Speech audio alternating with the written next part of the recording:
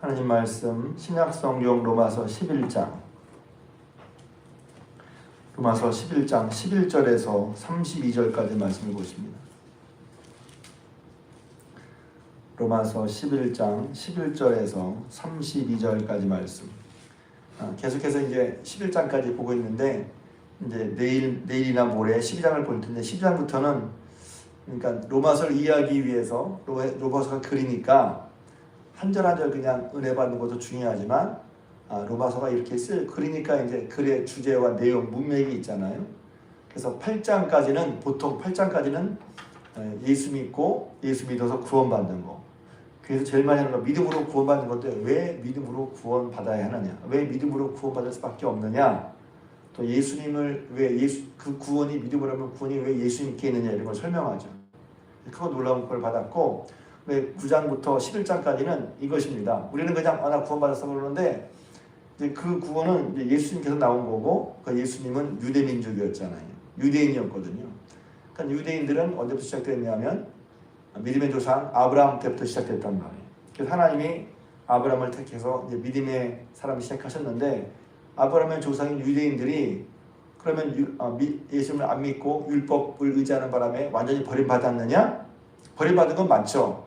근데 하나님 유대인을 아브라함과 언약을 기억하셔서 유대인들을 완전히 버린 게 아니다 라는 얘기를 하는 거예요. 그리고 그 큰 구원을 받았으니 이 큰 구원을 나만 받을 게 아니라 내가 사랑하는 내 고륙, 친척, 가족들 문제가 당연히 나올 수밖에 없는 거예요. 그래서 내가 예수 믿고 받는 구원이 확실하면 그 다음에는 그냥 나만 믿고 하는 게 아니라 자연스럽게 가족, 친구, 내가 사랑하고 내가 귀하게 여기는 사람들에게 예수님을 전할 수밖에 없단 말입니다. 그래서 구원의 확신이 분명하면 예수님을 전해야 하는 거죠. 전해야 하는 거죠. 바울은 지금 그래서 앞에 9장에서 말했던 것처럼 제가 얘기했죠. 얼마나 자기가 크고 놀라운 구원을 경험한 다음에 믿지 않는 이스라엘에 대한 마음이 나에게 큰 근심과 그치지 않는 고통이라고 그랬고 내가 내 형제 고륙 친척 유대인들이 구원을 받기 원한다. 구원을 받는다고 한다면 내가 저주를 받아 그리스도에게서 끊어질 정도로 바란다. 이렇게 얘기하고 있고 10장 1절에도 아무튼 내가 원하는 바는 하나님 구하는 바는 이스라엘을 꼭 구원받기 원한다. 아직 눈이 보이지 않아 하나님의 말씀을 깨닫지 못해서 율법으로 구원받는다고 생각하면서 예수님을 배척하는 그런 유대인들에 대한 하나님의 섭리를 바울은 이제 설명하고 싶었던 거죠. 그래서 마찬가지예요. 하나님이 율법으로 처음에 이스라엘 불렀는데 이제는 버리신다고?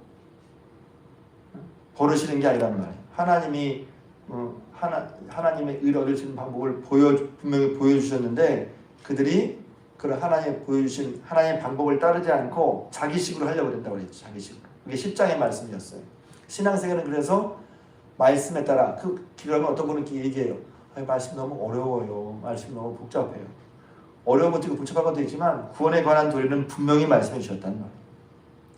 어제 어떤 분이 수요일이 끝나가시면서 목사님 말씀 그러니까 어려우신 것 같아요. 그래서 제가 말씀 더 쉽게 전해야 되는데 그러니까 한 번도 그냥 잊어버리신다는 거야. 그래서 저도 한 번 보고 다 잊어버려요. 다. 저도 설교하고 잊어버릴 때가 있어요. 근데 이제 그래서 어떤 분은 이제 이렇게 생각하고 하는 말을 부담스러워 하시는데 제가 최대한 풀어서 설명을 드릴 거고 그냥 중요한 건 예수 믿고 구원받는다는 것이죠. 근데 이제 그런 구원하신 그 하나님이 그 구원을 받은 다음에는 당연히 그런 걸 모르는 사람 이것이야말로 예수님의 구원받는 하나님 의를 얻는 방법 유일한 방법인데 성경이 말씀하신 성경도 모르고 전하는 사람도 없으니 먼저 구원받은 우리가 전해야만 그래서 고린도서는 전도에 미련한 것처럼 보이지만 전도해야 알 수 있단 말이에요. 그런 사람들은 그러니까 우리는 전도가 미련한 것처럼 보여. 근데 전도를 통해서만 알 수 있어요. 복음 전도를 통해서만 알 수 있단 말이에요. 근데 이제 바울에게는 그런 사람이 누구였냐 부담스러운 복음의 빚을 진 것처럼 부담스러운 누구냐면 자기 형제 유대인들이었단 말이에요. 그런데 하나님의 섭리가 과연 유대인을 버리는 것이냐? 바울은 섭리이기도 하지만 우리 중에도 마찬가지예요. 하나님이 처음 택해서 쓰셨던 유대인들을 버리신 것이냐? 아니라고 하는 것이죠. 그럼 이제 그 이유를 설명하는 거죠. 11절에 보면 그들이 처음에 유대인들이 믿지 않고 하나님을 따르지 않았기 때문에 넘어졌는데 그 넘어짐 때문에 오히려 복음이 이방인들에게 전해지게 되었다는 것입니다. 이런 섭리를 말하는 거예요. 그래서 잊지 않았지만 33절에 깊도다 하나님의 지혜와 지식의 풍성함이요 그의 판단은 헤아리지 못할 것이며 그의 길은 찾지 못할 것이로다. 하나님이 하실 방법은 그래서 신묘막측해요. 좀 어려운 말인데 신기하고 묘하고 막측, 측량할 수 없다는 거예요. 하나님이 일하신 역사하심은 우리가 보아도 알 수 없. 이 말은 뭐냐면 하나님 일하심을 하나님 어떻게 일하시는지 우리는 못 보니까 하나님이 계시 보여주어서 내가 이렇게 할 거야, 내가 이렇게 할 거야 알려줘서 하는데 그 외에도 하나님의 일하심은 참 신기하고 묘한 말이에요. 그래서 하나님이 아브라함을 택해서 이스라엘 백성들을 선택한 민족으로 통해서 하시려고 했는데 이들이 어느 순간 하나님의 말씀을 따르지 않고 말씀을 따르지 않고 자기식으로 힘써 자기의 의를 행하려고 율법을 지키는 것으로 빠져서 그만 하나님께 버림받은 자가 되었는데 그럼 완전히 버리신 것이냐? 그게 아니라는 것이죠. 그들이 잘못됨을 통해서 오히려 이방인들, 유대인이 아닌 사람들이 복음을 받아들이는 계기가 됐다는 거예요. 유대인들이 잘한 건 아니야. 근데 유대인들이 잘못한 걸 통해서 오히려 그 복음이 이방인에게 전해지는 계기가 되었다. 그 얘기를 이제 계속하는 것입니다. 그래서 그들의 넘어짐으로 말미암아 구원이 이방인들에게 이르고 그들의 넘어짐이 세상의 풍성함이 되었다. 그들의 실패가 이방인의 풍성함이 되었다. 이런 이제 크게 보면 그 하나님의 섭리 안에서 이런 얘기를 하는 거란 말이죠. 그러니까 이렇게 된 것은 뭐냐면 13절 또 얘기합니다.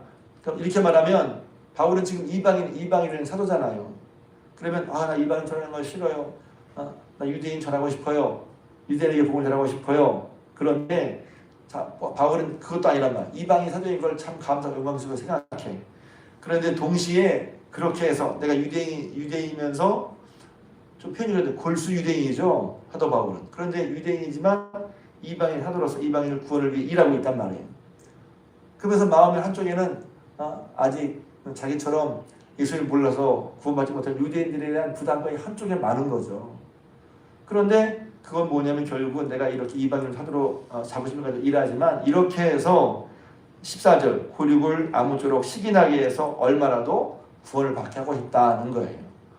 저 이방인들인데 아브라함 자손도 아니고 율법도 모르지만 저들이 예수 믿고 구원받았네? 그걸 보고서 하나님의 자녀가 그걸 보고서 유대인들도 깨닫고 돌아오기를 바란다고 하는 것입니다.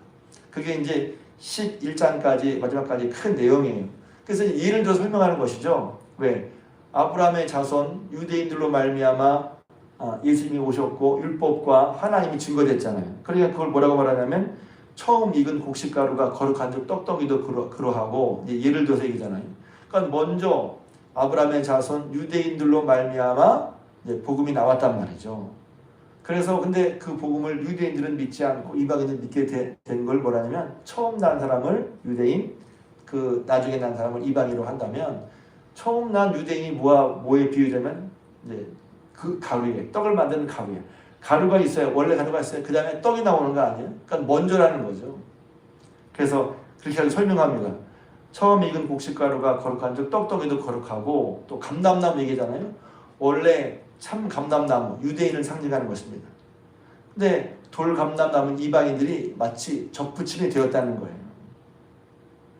그래서 유대인들이 먼저 하나님의 불을 받았지만 그들은 이제 하나님이 말씀하신 믿음으로 말미암는 의롭다함을 받는 것을 예수님을 쉽게 던져버리고 믿지 않아서 그랬는데 이제 하나님이 그들도 그렇게 된 것은 이방인을 구원하시기 위해서 뿐만 아니라 그런 걸 통해서 이방인이 믿는 걸 보면서 유대인들도 그렇지 저렇게 되는 거 아니야? 해서 돌아오도록 그렇게 한다는 거예요. 그런 얘기를 하면서 몇 가지 이제 이런 섭리 가운데 얘기를 하죠. 그러니까 너희는 어떻게 알아야 된다는 말이죠. 18절 그 가지들을 향하여 자랑하지 말라. 자랑할지라도 내가 뿌리를 보존하는 것이 아니요 뿌리가 너를 보존하는 거예요. 그러니까 이방인 우리 믿음으로 구원받는데 저것들 믿음의 조상이라고 하면서도 구원을 못 받아? 이렇게 함부로 말하지 말라는 거예요. 왜?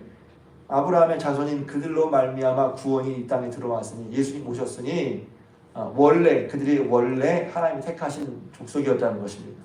그러니까 그들을 무시하거나 그들을 향해서 자랑하지 말라는 거예요. 뿐만 아니라 20절, 옳도다 그들은 믿지 아니함으로 꺾이고 너는 믿음으로 섰느니라. 그러니 높은 마음을 품지 말고 도리어 두려워하라. 이렇게 얘기하는 거죠. 구원받은 건 귀하고 감사한 거야. 근데 그 구원은 확실히 분명하니까 어떻게 해요? 첫째는 이제 복음을 전도하려는 마음이란 말이에요. 이 큰 구원이 확실하니까 구원받으니까 됐어. 이 마음껏 살아가 아니라 구원받았으니 이 큰 구원을 받은 하나님의 은혜를 알고 우리가 하나님의 뜻에 따른 거룩한 삶을 살아야 마땅하단 말이에요. 자칫하면 야 구원을 받았어. 이거 너무 귀한 은혜야. 이젠 구원받았으니 죄 천국 가니까 막 살아. 그건 성경적이 아닌 거란 말이에요. 근데 의외로 이렇게 생각하는 분이 참 많을 수도 있다는 생각을 해요. 성경은 그렇게 말하고 있지 않거든요. 그래서 예수님 죄 지어서 용서 받으니까 용서 받았어. 구원 받았어. 그러니까 이제 마음대로 살아도 되는 거 아니에요? 자기식으로 믿는 거예요. 그래서 이제는 우리가 우리에게 베풀어 주신 그 크고 놀라운 구원을 알고 우리를 죄와 저주의 사망에서 지옥에서 건지신 그 은혜를 알았기 때문에 하나님 앞에 우리 마음이 새로워져서, 억지로가 아니라 이것도 새로워져서 이제는 죄의 종을 살 것이 아니라 우리를 하나님께 드려 의의 종으로 또 거룩한 삶을 살아드리는 것이 우리의 마땅한 모습이라고 하는 것입니다. 그 거룩한 삶은 또 여기 있죠. 어제 계시록 말씀 배운 것처럼 착하고 충실한 하나님의 종으로서 하나님의 뜻을 따라 사는 삶을 살아가는 거란 말이에요. 그것은 구원받기 위해서가 이미 구원받아서 구원받은 은혜와 그 크고 놀라운 은혜에 감격해서 살아야 된다는 것입니다. 그러면서 이렇게 말하는 21절까지 22절, 하나님이 원가지도 아끼지 아니하신즉 너도 아끼지 아니하. 이 말에 보면 너 구원 못 받아간 게 아니라 그 구원받은 큰 은혜를 알고 이 구원받았으니 막상 이게 아니라 원래 이스라엘도 하나님이 선택받은 민족이면 그들이 하나님을 거역해서 떨려놨잖아요. 그러니까 구원받은 우리가 그 큰 구원의 은혜를 알고 우리도 이스라엘처럼 교만하거나 자기식으로 믿거나 자기 일을 따라 행하거나 하지 않고 겸손하게 두렵고 떨림을, 이 말은 무서워하는 말이 아니라 하나님을 경외하는 그 큰 구원을 우리에게 은혜로 주신 하나님을 경외하는 마음으로 하나님의 뜻을 따라 살라고 하는 것입니다. 그러니까 22절, 그러므로 하나님의 인자하심과 준엄하심을 보라. 넘어지는 자들에게 준엄하심이 있고 너에게는 인자하심이 있어. 그러니까 우리는 넘어지면 하나님을 거역하는 자에게는 준엄하심, 우리 이방인 우리에게 죄인에도 불구하고 우리를 사랑해서 구원하기 원하신 인자하심이 있었단 말이에요. 근데 그렇게 인정을 받은 우리가 그 큰 은혜를 받은 우리가 마치 이스라엘 백성처럼 하나님이 건지시고 살리시고 먹이시고 풍성케 하셨는데 그 하나님 잃어버리고 이스라엘이 떠났잖아요. 그런 것처럼 그 큰 구원을 받은 우리가 교만해서 하나님을 떠난다면 너도 그럴 수 있으니 조심하란 말이에요. 조심하라. 그리고 또 한 가지 얘기하죠. 25절에 그래서 결국은 이방인이 믿는 수가 충분히 많아지면 어떤 순간에 이스라엘로 돌아오기 시작할 거다. 이런 비밀을 말하는 거예요. 실제로도 유대인 중에 그리스도인들이 생기기 시작하죠. 그건 이제 제가 한 10여 년, 20년 전에도 들은 얘기니까. 이스라엘 사람이 유대인들도 이제 그리스도인. 그러니까 유대인들은 예수님을 그리스도로 하나님 아들로 인정하지 않습니다. 그냥 선지자 중에 하나 정도로만 보죠. 근데 유대인들도 이제 믿는 사람이 생기기 시작했어요. 그래서 주님이 오실 때까지 어떤 일이 벌어지느냐? 이방인의 수가 충만한 수가 들어오기까지 이스라엘이 우두내리고 어떤 순간부터 유대인들도 이제 예수님을 믿어 구원받은 수가 늘어날 것이다 하는 것입니다. 그러면서 29절에 이제 바울의 고백이고 안심이란 말이에요. 왜? 28절, 29절 복음으로 하면 그들이 너희로 말미암아 원수된 자요 택하심으로 하면 조상들로 말미암아 사랑을 입은 자라 그랬거든요. 그러니까 이방인들도 하나님을 몰랐을 때, 하나님을 거역했을 때 하나님이 그 이방인을 불쌍히 여겨서 그걸 베푸셨잖아요. 똑같이 그런 긍휼하심으로 유대인들에게도 하나님이 아브라함의 자손으로서 선택받은 민족으로 살았는데 하나님이 의롭게 하시는 방법을 모르고 예수를 통해서 의롭게 하시는 방법을 모르고 자기식대로 의로움을 얻으려고 하나님과 멀어진 그들에 대해서도 하나님께서 여전히 긍휼히 여기신단 말이에요. 인자하심을 베푸신다는 것이죠. 유대인 버렸냐? 아니라는 거예요. 이방인들이 하나님을 모르고 하나님과 멀어진 삶을 살 때에도 그들을 긍휼히 여기셔서 구원하시려고 하신 것처럼 이제는 그 긍휼하심이 누구에게도 유대인들 역시 있다는 거예요. 하나님이 그들을 위한 구원을 베풀어 주셨는데 그것을 알지 못하고 자기식으로 믿고 자기 의를 세우려고 힘써서 하나님과 멀어진 유대인들에게 대해서 하나님은 이방인들에게 그러셨던 것처럼 유대인들에게도 여전히 자비와 긍휼을 베푸시고 계시다는 거예요. 그러니 이방인의 수가 차기까지 유대인들도 믿지 않다가 다시 돌아오기 시작할 거다. 그것이 바울이 하나님께 깨달은 큰 것이라는 거예요. 그러니까 이렇게 고백하자면 29절 하나님의 은사와 부르심에는 후회하심이 없느니라. 그래서 이스라엘 하나님 버린 게 맨 처음에 나온 게 그들이 넘어지기까지 실족하였느냐 아니라는 말이에요. 지금 잘못하고 있지만 그들이 완전히 하나님께 떨어지거나 버려진 게 아니라 남은 자가 있다고 그랬고 하나님의 은사와 부르시면 후회하심이 없어. 그들 여전히 부르시고 하나님을 거룩한 그들 여전히 자비와 긍휼 또 그들을 구원하시기 위한 섭리가 지금도 계속되고 있다는. 조금 복잡하지만 그러니까 그 밑에 보면 크도 깊도다 하나님의 지혜와 지식의 풍성함이에요. 하나님이 그 은혜의 섭리는 참 우리 머리로 때로는 풀 수가 없어. 풀리지가 않아. 그런데 바울이 먼저 하나님께 이런 것을 받아서 깨닫게 하면서 깨달은 우리에게 일러주는 것이죠. 그러니까 하나님의 우리를 구원하시려고 하는 심지어 이방인 하나님을 모르고 하나님 아니다는 것을 우상 숭배하고 그런 우리에 의해서 오래 참으시면서 우리가 구원받기를 바라셔서 구원의 길 하나님 이루는 예수를 보내주신 것처럼 지금 유대인들은 원래 원가지였고 또 떡으로 비하면 원래 떡가루 같은 근본적인 사람이 근본적으로 믿음을 받은 사람이고 또 참 감람나무 가지였던 그들이 이제 꺾여 버린 거였는데 하나님은 그런 유대인들에게도 여전히 자비와 긍휼을 베풀고 계신다는 거예요. 그들도 구원받기를 바라신다는 거예요. 그 하나님의 사랑이 얼마나 크냐고 그러니까. 또 크고 깊죠. 그래서 제가 종종 얘기하지만 에베소 교회에 바울이 에베소 교회 편지할 때 이런 편지를 하죠. 나는 여러분들이 하나님의 사랑의 크기와 넓이와 깊이와 크기와 넓이, 깊이, 길이를 깨달아 알기를 바란다 그랬어요.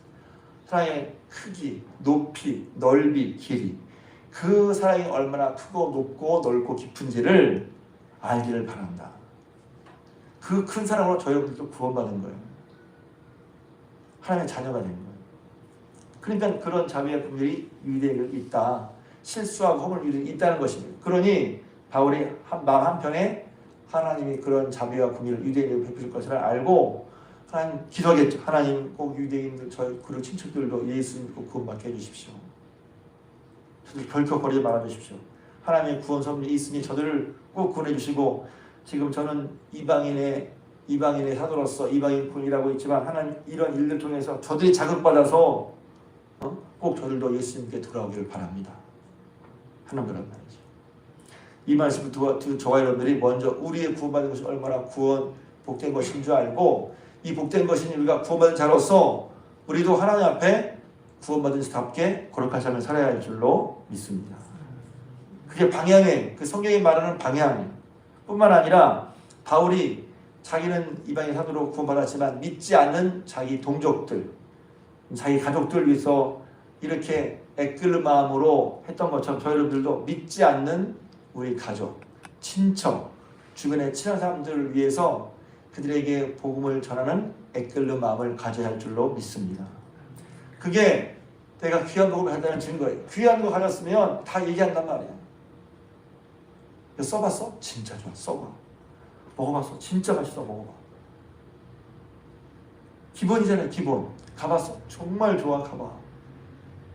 예수 믿는 거. 예수 믿는 게 얼마나 대단한 거. 그래서 가끔 이제 전도하는 게 그냥 우리 머릿속에만 교리적으로만 중요한 거예요. 내 삶 속에서 내 인생을 걸고 예수 믿는 게 얼마나 중요한가 한번 돌아보세요. 전도를 하면 잘 못해. 소심해서 그렇게 해야 돼. 그건 자유가 아니야? 자유죠. 근데 여러분 좋은 거 있으면 서슴없이 말하잖아요. 이거 먹어봐. 이거 한번 써봐. 이거 한번 해봐. 진짜 좋아. 그럼 가르쳐 합니까? 삶 속에서 예수 믿는 게 얼마나 좋은 것. 이미 여러분 교회에서 말하는 교리적으로만 듣지 말고 이게 정말 내 인생에 좋은 건데 그렇다면 말해야죠. 복음 전도란 말이에요. 그 사람을 교회 데리고 와야지가 아니라 좋은 걸 말하라는 거예요. 예수 믿는 게 얼마나 좋은지, 예수 믿는 게 얼마나 복된지, 예수 믿는 게 얼마나 놀라운지를 말해주란 말이에요. 그러면 어떻게 보냐? 내 고백도 되는 거예요. 내가 정리가 돼. 제가 설교자가 좋은 건 뭐냐면 설교하면서 정리가 된다니까. 내가 말하면서 정리가 돼. 내가 예수 믿는 게 얼마나 좋은 건지 말하면서 증거하면서 전도하면서 내가 알게 된단 말이에요. 전도의 문을 열으려고 함께 기도했으면 좋겠어요.